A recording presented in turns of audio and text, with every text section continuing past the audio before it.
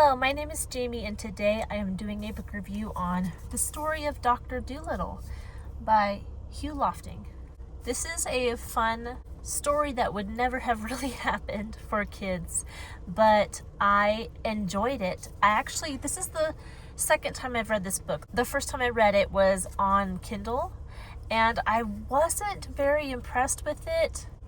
I don't know, I just wasn't as into kids' literature back then, and it wasn't my favorite. Possibly the fact that I was reading it from a Kindle had something to do with it, but as I always go through bookstores and used book sales, I found this and it caught my eye. Specifically the cover, it looks old, and the illustrations inside are Hugh Lofting's own illustrations, so it caught my interest and I wanted to try again, give it another try. It's such a famous story.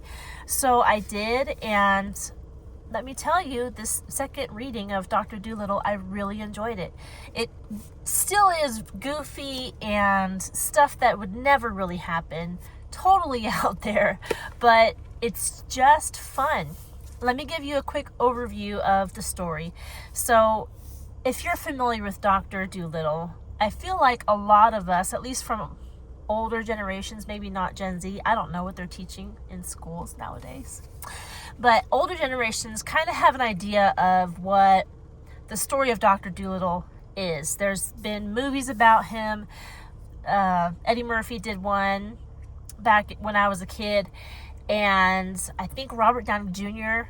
did one more recently. It's been a few years now, but Dr. Dolittle, in the book, I'm talking about the book, not the movies. In the book, Dr. Dolittle, he started out as a doctor for people, but he's very eccentric and he loves animals, and he keeps kind of ending up with random animals. And the fact that he keeps getting more and more animals, the people that used to come to him are becoming more uncomfortable with him as a doctor. But Dr. Dolittle doesn't have the heart to send the animals away because he loves animals. So, by the way, all the animals in this book talk. So one of his pets, one of his animals, says, well, why don't you become an animal doctor? Because you can talk to us, so we can actually tell you what's wrong and you can treat it. So he went from being a people doctor to being an animal doctor. And he became so famous as an animal doctor that people on other continents, specifically Africa, heard about him and wanted him to come and heal their ailments. So there's this tribe of monkeys, and they send for Dr. Dolittle. I can't remember what animal came to tell Dr. Dolittle that the monkeys needed his help. But he got the message, and so he takes some of his closest friends, the animals, and they sail across the ocean to help the monkeys. So that's the beginning of the story, but all these other fantastical things happen with the king of the area that they landed in Africa, a bunch of swallows that pulled the ship through the waters, some porpoises, there's a little run-in with pirates, the push me pull you, I don't know if you know that character, but it's this crazy animal with two heads and no back end of the Dr. Dolittle story. So very fun and very imaginative and just out there, but I enjoyed it. It does have a reading level of between 3rd and 7th grade. I had to look it up. I could tell that it was for a younger audience, but I wasn't quite sure. I'm never quite sure. I'm not very good at figuring out just by reading a book what the age level is. Maybe I'll get better at that in the future, but online it said that 3rd through 7th grade is the reading level for the first story of Dr. Dolittle. While I was reading it this time, I discovered that it's a series. There's more than one Dr. Dolittle book. This is just the first one. So I didn't know that. I thought it was just one book. So pretty neat, pretty cool. My edition, it has 144 pages.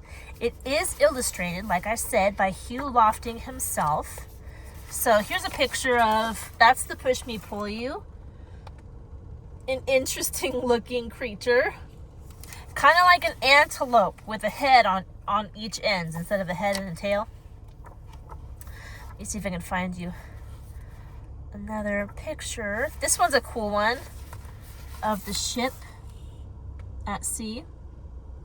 And the story goes that Hugh Lofting was writing this story to his kids while he was off at war, and he would send them stories along with pictures while he was away.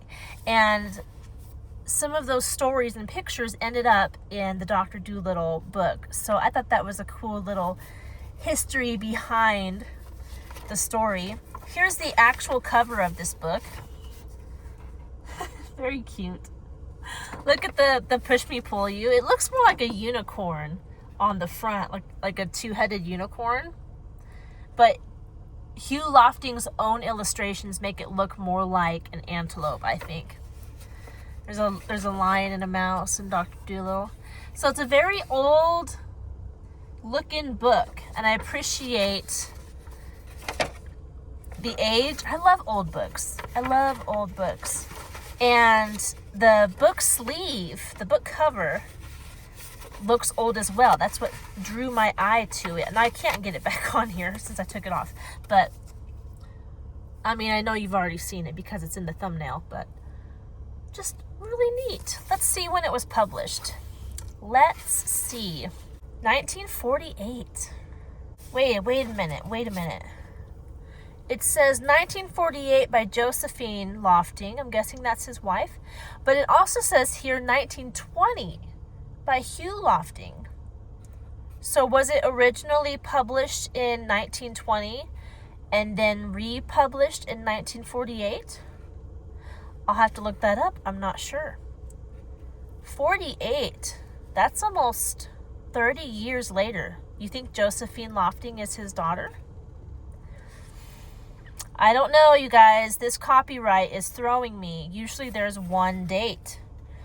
So I don't know what that means. Either way, 1920 or 1948, it's an old book. So, really cool. Now, moral lessons, I don't know. Be kind to your animals. That's definitely in there. It looks down on pillaging and unfair treatment, and it just has a general feel for right and wrong. There's no like glaring message that you're trying to teach kids, but you can tell that the characters are good and friendly. It constantly talks about Dr. Dolittle himself. Like when people first meet him, they can't help but trust him because he has that bearing about him, that he's a good person. And he is. He cares for people and animals, and he wants to help them. And I'm trying to think. As far as lessons go, that's what I would say the lesson is. Just generally to be kind to both humans and animals.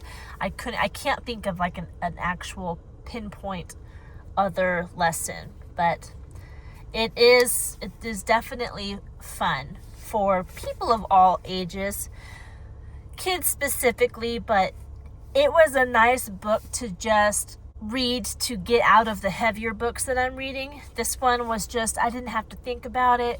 It was fun with the animals and the adventure of it all and the voyage. So if you're like reading some heavy books and you want something to just take your mind off and have fun with, this would be good for you if you're an adult. If you're a kid, read it because it's fun and it's an adventure and it's imaginative and it'll take you on a voyage into the unknown. I guess that could be a reason for adults to read it too, but I did enjoy it. I hope you will too. That's all I have for this book today. I hope you're doing well. If you have any questions about it, please leave them down in the comment section below. And if you want to see more content like this video, subscribe to this channel, and I'll talk to you in our next one. Goodbye.